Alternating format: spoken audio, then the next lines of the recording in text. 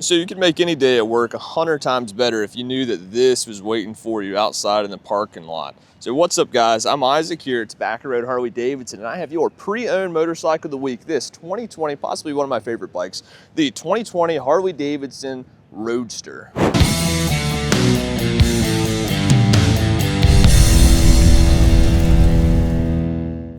So this bike quickly becomes one of my favorites because, first of all, I mean, what's not to love about it? It's a Sportster. It's a Harley-Davidson 1200 Sportster with everything right. I mean, it's just a Sportster that's just ready to rip just a little bit harder. So like I said, you know, you've got that 1200cc motor. It's only rocking push rods and air cooling. So it's a very simple, bulletproof design right here. And there's a reason that that motor and that system was left relatively unchanged for almost 50 years. This one's pretty stock, so it's got the 2-to-2 exhaust on it. This one has mid controls, a really sporty seat. It's got a small 3.3 gallon tank. It's got a little bit taller shocks in the rear. I mean, look at these wheels too. I mean, these are also some of my favorite wheels. I mean, they look phenomenal. And this bike comes with inverted front suspension. And since it's made to rip a little bit harder, you do have dual brakes on the front. This one does have some fresh Harley-Davidson rubber on it. And I mean, it's pretty sick. I mean, it got tires ready to get tore up out here. And you've got the little chopped fender, give it even a sportier look, side mounted plate, because you don't want to go to covering that up right there. Very simple design, like I said. I mean, minimalist controls. You've got your analog tack right there, front and center. And you don't have a speedometer, but you do have that little thumb lock right there. So you can lock that throttle in there if you need to. Cable clutch, hydraulic brakes, mid controls, and it is set up for a passenger as well. And this is the Harley-Davidson Roadster, ready to rip. This thing's so cool. And it is a little bit older, so it is a 2020, and this one has very simple things. Got a hard key, so very rare on Harleys these days. It's very rare on Harleys these days, and especially with that keyed ignition. So you'd put the key in there, turn it on, and then we'll go ahead and fire it up. Yeah, so the exhaust is stock. Doesn't sound that crazy right now.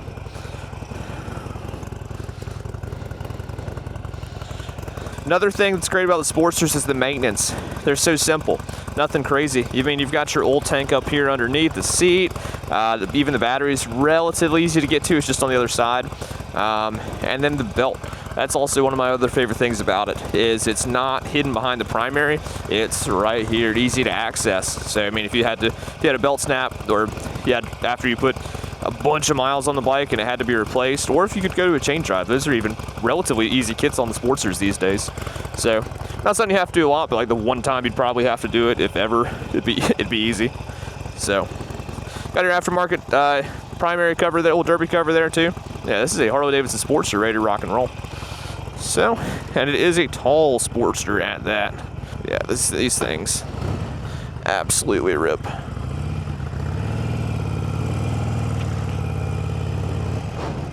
It is a relatively firm seat, so I mean, it's definitely set up for ripping.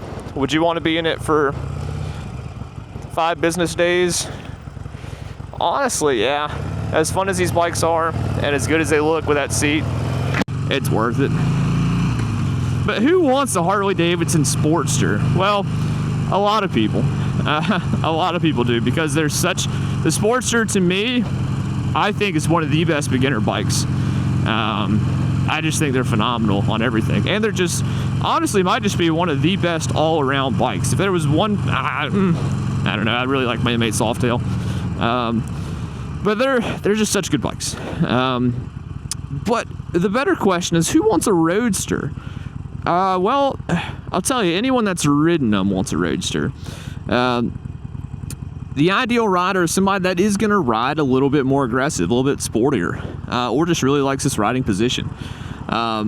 Sport bikes are cool, you know, they definitely have their place, but the Roadster, to me, is somebody that really likes that, you know, that sport bike feel, you know, that thrill, being able to push a bike through more turns, but they also really want the benefits of having that V-twin or V-twin performance underneath them, and it's American V-twin at that.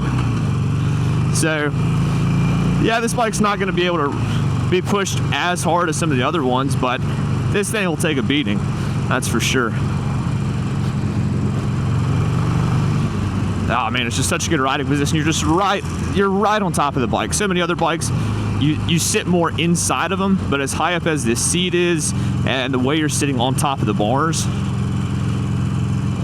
If I had two bikes, this would be like, if I had a long distance touring bike,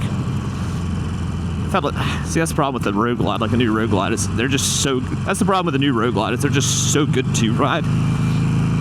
But if I only had two bikes, had a Road Glide for those trips, and I needed a second bike for ripping around town, this would be it right here, I think.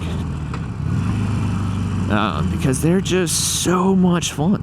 They're just so well planted. You can just lean, they've got a really good amount of lean, especially for a Harley. And they have that V-twin torque, so down on the low ends. I mean, they're just doing so good. Especially a place where this bike would shine is, places with some real tight corners back to back. Because you can get in the turn and then just run it up. Because a lot of those really tight, more technical turns that are back to back, you really won't be able to open it up crazy like you have that advantage on some of your, like the advantage you would have on some of your sportier bikes, because there's just not enough room to really open them up. But having all that low end torque, you've got it right there ready to go. This bike has a 5-speed though, which we'll talk more about that in a second. Big digital speedo. Oh man. Leaning right up on the tank. You can tuck in low, man. This bike is made to tuck in low. Get right up on it.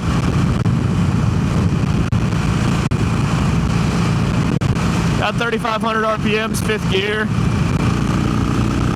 It's got a little more to give. Oh yeah. When I bring my butt back on the seat, I've got a really hard place to hold on to it, or to really like catch it, so I can slide myself all the way back in the seat. I am perched up on this thing, ready to absolutely crush some corners. Man, I'm kind of falling in love with this bike.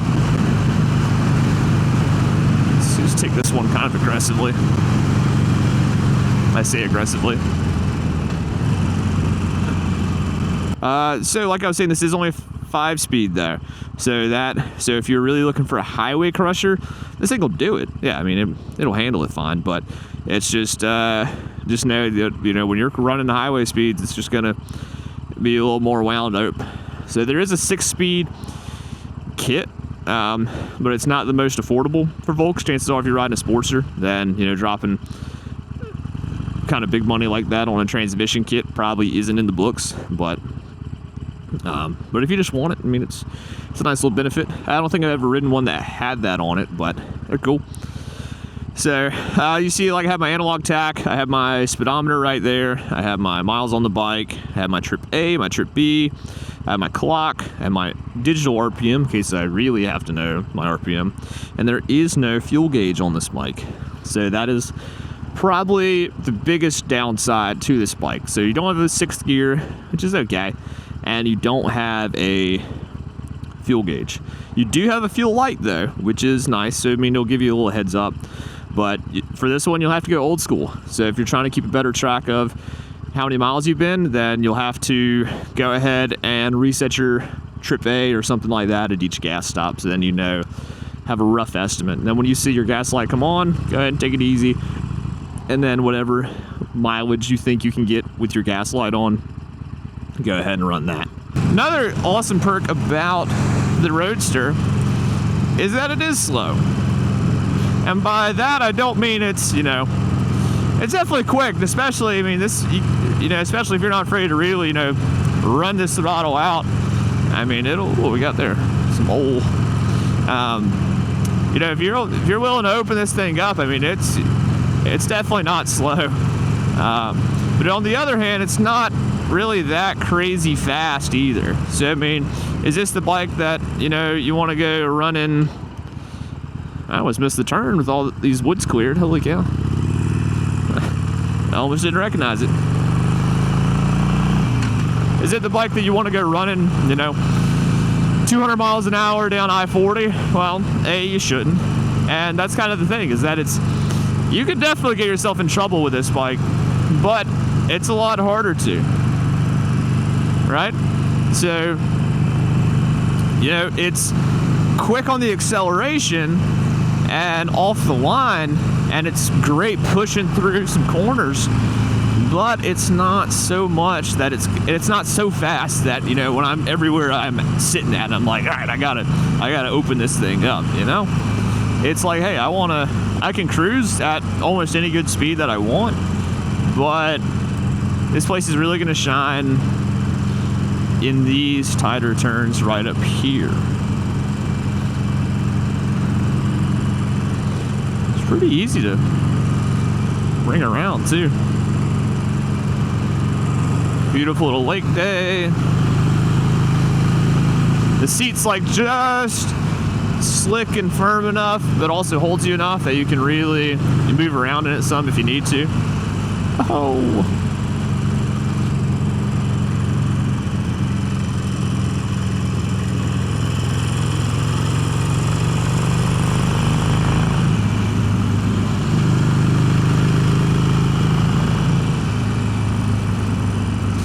Yeah, this thing you can have. This thing is so much fun. Very few times have I been on a bike that wasn't fun, but this is a blast here. What I want this to be, if I only had one bike, what I want this to be it. If I could afford an M8 Softail, I think that would be.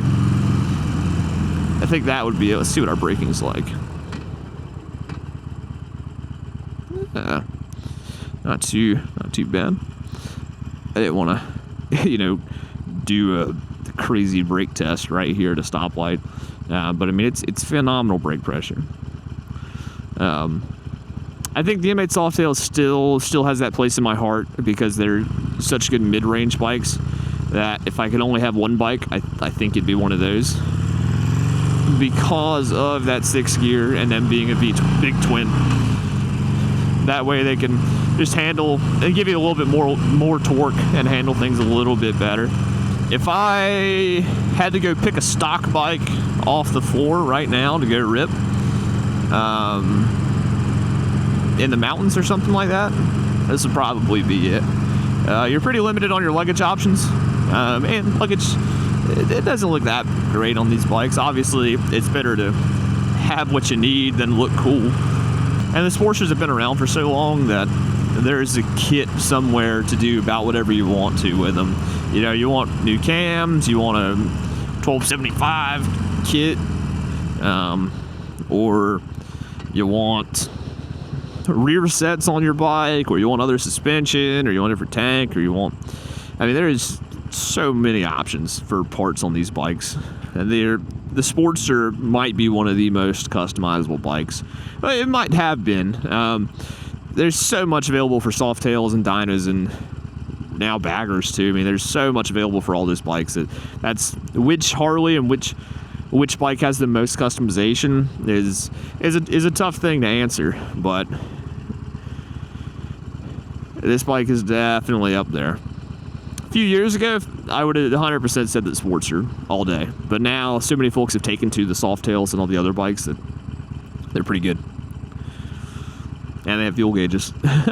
Is this a good commuter bike, though? Yeah, 100%. Throw your backpack on.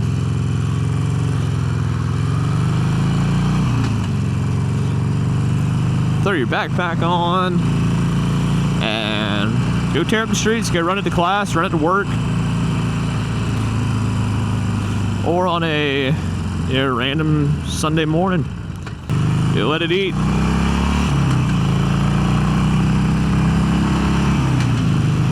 That's what we're about to do.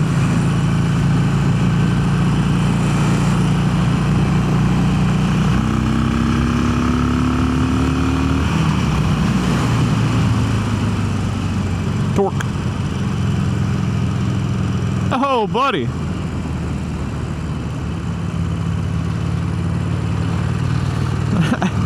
You're drifting.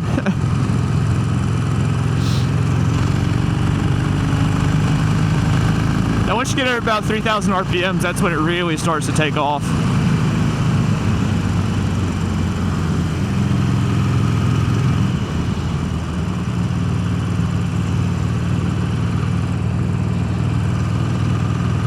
I mean, it's got it through the whole range, though.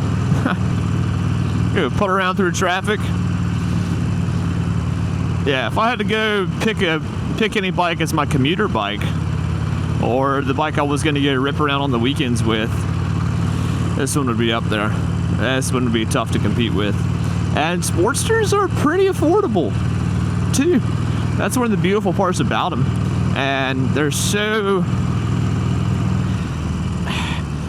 underrated. The entry cost is relatively low. Parts are easy to find. You can get almost any part you want pretty affordably too. And they're just such good rippers.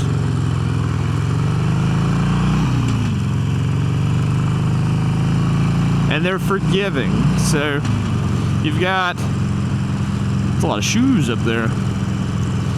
So you got a lot of good power, but there's not so much that it's too easy for you to get yourself in trouble with, you know, be in trouble with the law or get yourself in a tight situation. I got a high low beam. I think this one has halogen lights all the way around. Yeah, it looks like halogen. That, or that's the yellowest LED bulb I've ever seen in my life.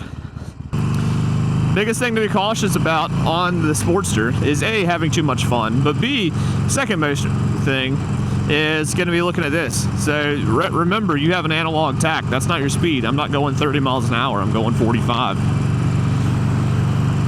There's not a lot of crazy electronics on this bike either. So I mean, if you're somebody that wants to keep things simple, this is a good one. And this bike has just the right amount of vibration too, that it's fun. You know this thing's running. It's not too much by any means. It's just a good time. But yeah, if you're used to riding a Corolla on two wheels, it's definitely gonna feel like a lot more vibration. But this is a friggin' motorcycle right here. Out here in the sunlight too, you can really start to see some of that flake up here. So it's white, but it's got a little sparkle on it. Daggone Can-Am. It's got kind of that ghost checkered flame behind it. XL 1200, letting you know that this thing is legit. Oh, now about to lose my wallet. I like this riding position too. These bars aren't bad. These bars are flat.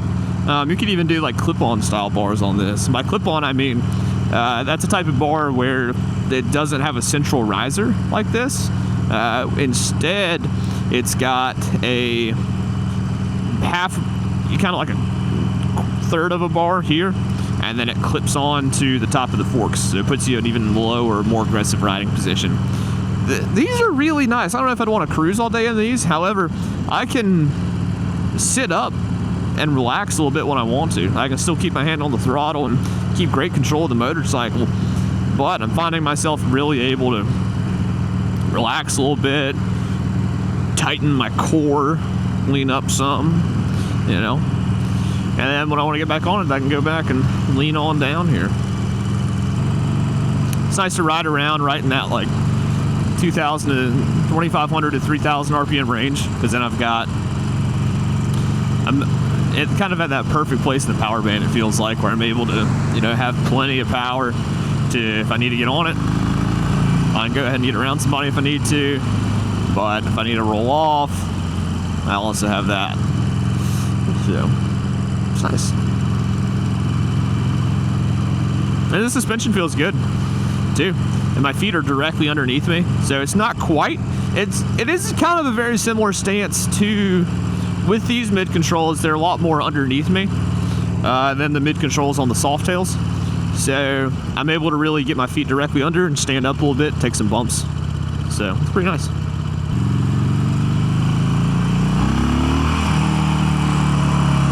Oh yeah. Got that torque on hand. Get it? Because your throttle is controlled by your hand. Haha. Oh yeah, nice and a little swerve in there. Get another one in, steady throttle. Yeah. I'm enjoying this bike. Actually, you guys get to see the scenic route because this bike is parked on the other side of the dealership. Yeah, so thank you guys for riding along with us here at our ride and review for Tobacco Road Harley-Davidson. So look at that pup.